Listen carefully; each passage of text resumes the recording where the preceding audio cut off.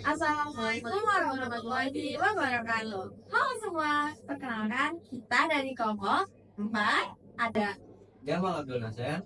Masyaallah Sopoyantoro dan saya Mustahdi Walanda Rizky Perdana. Kita di sini akan membahas tentang Revolusi industri.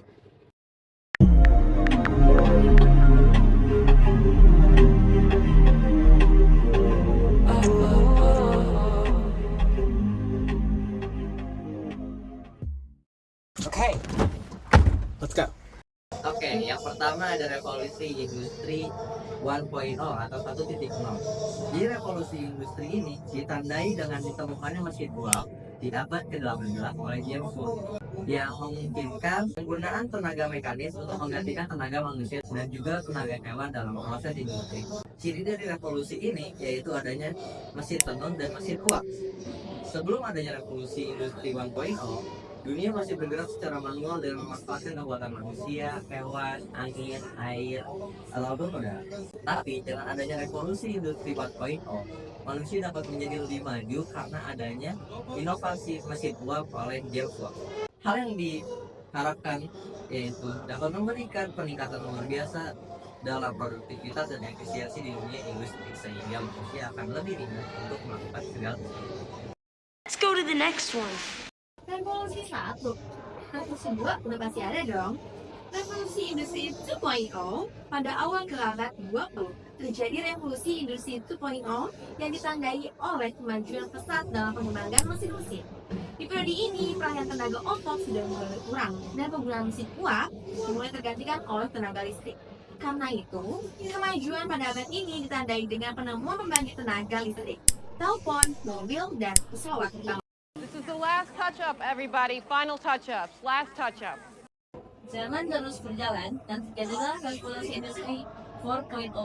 Revolusi industri 4.0 adalah istilah yang menyebutkan revolusi industri yang ditandai oleh alur teknologi digital, kecerdasan buatan, konektivitas dan integrasi sistem dari berbagai aspek produksi dan kehidupan manusia. Hal ini merupakan keberlanjutan dari perkembangan industri sebelumnya dan mendapatkan transformasi besar-besaran dalam cara produksi, distribusi, dan interaksi manusia dengan teknologi. Ciri-ciri revolusi industri 4.0 yang pertama ada inovasi. Inovasi di era revolusi industri 4.0 berkembang lebih cepat dari era revolusi yang sebelumnya. Di kehidupan sehari-hari, hal ini bahkan mudah terlihat seperti pada banyak perubahan teknologi pada ponsel pintar atau smartphone, hingga alat-alat kebutuhan rumah tangga. Yang kedua ada otomasi. Memasuki era revolusi industri 4.0, teknologi yang mendukung otomasi pekerjaan baru muncul. Perkembangan teknologi otomasi bahkan terjadi begitu pesat. Hal ini dibuktikan dengan banyaknya pekerjaan manusia yang digantikan oleh mesin.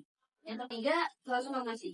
Ciri-ciri yang terakhir adalah transformasi yang berarti meningkatnya kecepatan transformasi di banyak sektor. Selain karena kemajuan teknologi, fenomena ini terjadi karena semakin mudahnya perubahan secara global. Sebagai contoh, ketika kita berbelanja saat ini tidak lagi dilakukan secara fisik atau offline. Sekarang kita bisa berbelanja dari media online. Contoh lainnya, banyak perusahaan membuka kantor virtual dengan kegiatan kerja yang bisa dilaksanakan dimanapun dan kapanpun. Berikutnya, ada beberapa alat-alat yang muncul di era revolusi industri 4.0. Yang pertama ada Internet of Things atau IoT. Perangkat dan sistem yang terhubung melalui internet untuk menghubungkan berbagai data. Contoh dari Internet of Things ini adalah ponsel pintar, rumah pintar, dan kendaraan otonom.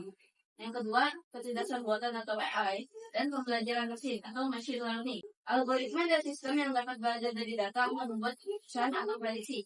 Peneliti utama dalam bidang ini termasuk Andrew Ng, Geoffrey Hinton, dan Yan Chun. Yang ketiga, ada robotika dan otomasi.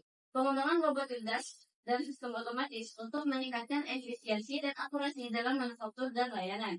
Salah satu tokoh penting dalam perkembangan robotika dan otomasi adalah Rodney Rose. Yang keempat, ada blockchain dan cryptocurrency.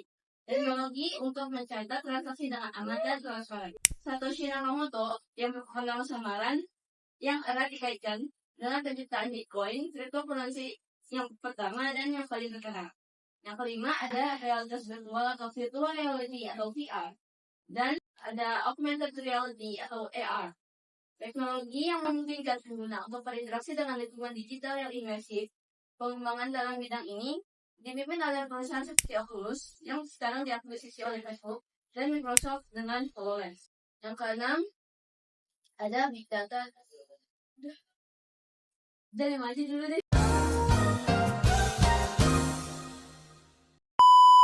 Walau adanya kemajuan teknologi internet, hal ini tidak menyebabkan tak ada lapangan pekerjaan bagi manusia. Ada beberapa prospek pekerjaan bagi manusia di era revolusi industri 4.0 ini. Yang pertama adalah app developer, yang bertugas untuk menciptakan dan mengembangkan aplikasi untuk memudahkan kebutuhan manusia. Yang kedua ada web developer, sama seperti app developer namun berfokus kepada website. Yang ketiga ada content creator, yang bertugas untuk membuat konten, biasanya yang berupa video, baik untuk dokumentasi kegiatan sehari-harinya ataupun untuk kebutuhan promosi. Yang keempat ada Search Engine Optimization Specialist atau SEO Specialist, yang bertugas untuk mengoptimalkan mesin pencarian seperti Google agar exposure dari perusahaan bisa meningkat. Yang kelima ada Social Media Specialist. Social Media Specialist bertugas untuk membuat ide konten dan menganalisa feedback dari warganet di media sosial. Yang keenam ada Data Scientist. Data Scientist bertugas untuk mengumpulkan, mengolah, menganalisa, dan mempresentasikan data-data yang ada untuk melakukan informasi yang guna bagi perusahaan. Informasi tersebut nantinya akan menjadi bahan pertimbangan dalam mengambil keputusan dari perusahaan tersebut. We are done. Bon appetit. Tuck in, everyone. Oke, cukup sekian dari kami. Kurang lebihnya mohon maaf. Berlebihan turun dari laut sih. Cukup sekian dan terima kasih. Wassalamualaikum warahmatullahi wabarakatuh.